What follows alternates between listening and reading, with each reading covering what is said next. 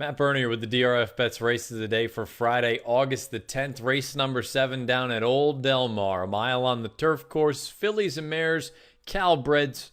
It's the $150,000 Solana Beach. Before we dive into the field, I encourage you to head on over to drf.com/bet. Take a look at all the latest as far as details and offers are concerned for new DRFBet subscribers. Again, drf.com/bet is the address. Here is the field of fillies and mares that will travel the 8 furlongs on the turf course in the Solana Beach. You can also head over to the Race of the Day page on drf.com, download free formulator past performances, and handicap along in post position order. The number 1, Queen Bee to you, 1 of 2 in here for Mike Pender. This horse stretching out in distance. You get Flavian Pratt aboard. I hate to say it, though, at the end of the day, she's just not that fast as opposed to some of these other girls. And I also have major questions about the distance. I know she has won at a mile in the past. She broke her maiden out at Santa Anita in early 2017 going a mile, but I think she's better going slightly shorter, and I just wonder if this is sort of an experiment to find out if she can handle it. Don't love her in here. That is Queen BDU breaking from the inside. The other Pender in here is the number 2, How Unusual. Now, this filly is a little bit more interesting. She's a mare at this point. I think she's probably better going slightly longer. You see that she had success last year at Del Mar in the red carpet handicap. That race is run at a mile and 3/8, and that's not till the end of November. So you wonder what this race is. Is it a means to an end, or is it something that they actually think she's ready to roll for? You look, she's been keeping better company, not great company, but better.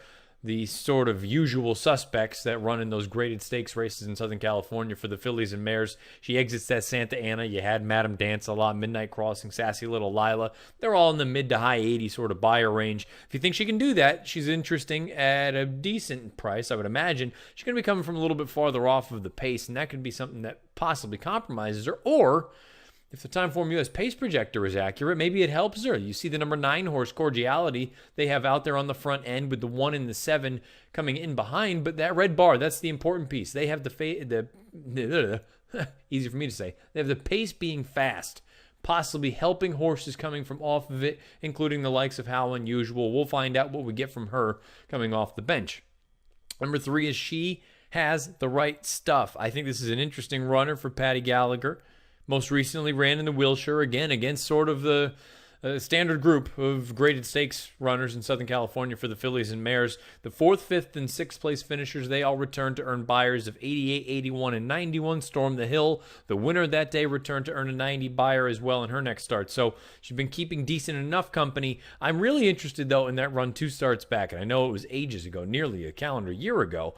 That run on August the 30th at a mile, she ran 3rd, only beaten by a neck by Coeur de Ballet as well as Prize Exhibit. I think if she runs that race from a buyer standpoint, she earned a 91 that day, as well as the Timeform US rating, she earned a 114. That makes her a primetime contender in here, and I like that she showed a little bit of versatility, a little bit of tactical speed. She's 2 for 6 at Del Mar. I wonder if she has the right stuff as an interesting runner in here. The 4, Lynn's Legacy for Doug O'Neill. O'Neill has really done a great job with her since they claimed her back for $35,000 in early May. The question now becomes, where is she as far as ability is concerned? Because she ran in that Asanitas most recently. That was a career best buyer of an 87, but she was beaten by 5 lengths, and she finished 7th that day. Midnight Crossing came back to earn an 89 in her next start. The 4th place finisher came back to earn an 88 in her next start. If you believe the 87 and the 113 Timeform US rating, she fits in here nicely. She just came from way too far out of it, and that was at a time where I felt speed did pretty well on the turf. She's going to need that pace to really heat up if she's going to come with any sort of a real kick. If she goes back to that run 2 starts back, I know she beat a couple of common foes in here, but at the end of the day, it just doesn't seem like it's fast enough or strong enough to get the job done in a spot like this. Number 5, How About Zero? Another Doug O'Neill entrant. I think this filly has talent. The concern I have is ultimately the distance. She's 0 for 6. She's finished 2nd on 3 different occasions. And I can't help but notice the 2 best races of her career, far and away, have come going down the hill out at Santa Anita. She earned 89 buyers in an allowance race, as well as the Sunshine Millions filly and mare turf sprint, a race in which she won back at the end of January. I think she's best going down the hill. I don't necessarily believe that she's a true route horse. 5 furlongs is probably sharp for her. I think this is an instance where you take a shot and hope that she can handle this distance, but I just think this is probably a little bit too far and possibly a little bit too classy. The 6 is Cheekaboo for Peter, and I've always been a big fan of Cheekaboos, but I have to admit, she's a bit of an underachiever if we're calling a spade a spade. She is 3 of 20 lifetime, 9 times second or third, and she is just stuck at this non-winners of 2 other than level. She just can't seem to get over the hump.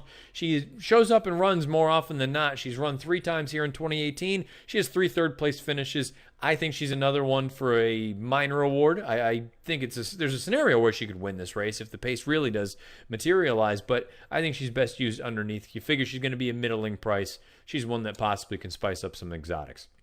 Number 7 is Princess Wa. Princess Wa goes out for Richard Baltas. This is a horse making her second start off of a long layoff. She showed speed in that N1X race back on July the 21st. Faded, understandably so. You would imagine her to be forwardly placed again here. Probably tighter this time around. Also can't help but notice the presence of Mike Smith aboard, and you have a positive formulator fact for Richard Baltas. Past 2 years, turf, second after the layoff, route races at Del Mar, 7 for 39 with a 297 ROI. This is a horse that, again, she has that good speed early on. If you think that the 9 horse goes and Princess Wa sits, that's interesting. To me, in my opinion, I think Princess Wa, you should be on the mission. If you think the 1 horse is going to be forward, try to sit just off of her, have Cordiality sit just off of you. Perhaps that's your best way to win this race. Again, Mike Smith teams up with Richard Baltas. We'll find out what we get from Princess Wa. The 8 Moonless Sky is a really interesting runner because really she had a good stretch last year over the summer, and she clearly likes Del Mar. She has a victory, and she's finished in the exact on 2 occasions. But I just wonder overall where she is from a form standpoint. She at least showed a little bit of life 2 starts back in the N2X. That was at Santa Anita, but then she came back in probably a position that was just much too tough for her. Never really picked her feet up. You just have a hard time assessing where she is overall from a form standpoint. Her best races make her a contender. Her worst races obviously don't. I think she's one that needs a little bit of pace to really help accentuate that late kick of hers. She has run well. She's consistent. I think she's kind of the horse that I would use underneath as opposed to on top, but I can understand some people being intrigued enough to try to take a shot with her in a spot like this. And the number 9, Cordiality. We get to the last runner in the field, and I'm going to tell you right now, she is my pick in this race, the number 9, Cordiality. I've been a big fan of this fillies for a long time. She's a mare. She's 5 years old. Mark Glatt trains her. Glatt's only 2 for 25 at the meeting, but he's finished second or third on 8 different occasions, so probably a little bit unlucky there. This mare, highest last out buyer in the field with a 91. I just like everything about her. She has some versatility. She has some tactical speed. If the pace doesn't materialize, Tyler Bays can send her to the front. If those other horses that I made mention, Princess Wa or the inside stretch out sprinter, if they're intent on going to the front, Cordiality has shown that she can sit. She did so 2 starts back. She's done so in the past. She did so at Del Mar even at the end of that meet last year. So I think there's a lot of things to like here, probably other than the price. You would have to assume she's going to be the favorite or one of the favorites. She won't be anything as far as a big number is concerned, but I think she is the most likely winner of this race, breaking from the far outside. And I think that gives Bays, again, some options. If they don't go, you can send. If they all decide to go, you can sit just off and try to get first run on the closers. So I'm going to go with Cordiality in here in Friday's DRFBets races today. I'm going to go 9, 3, 6, and 8. In the Solana Beach race number 7. Again, if you're playing this race, you're playing any of the races at Del Mar, you're playing Saratoga, you're playing anywhere, DRFBets is the way to do it. Head on over to drf.com/bet. You get all the latest details and offers as far as a new DRFBets account is concerned. drf.com/bet is the address. Scheduled post time for race number 7 down at Del Mar, the Solana Beach. The DRFBets race of the day for Friday is 7 o'clock Pacific. Best of luck.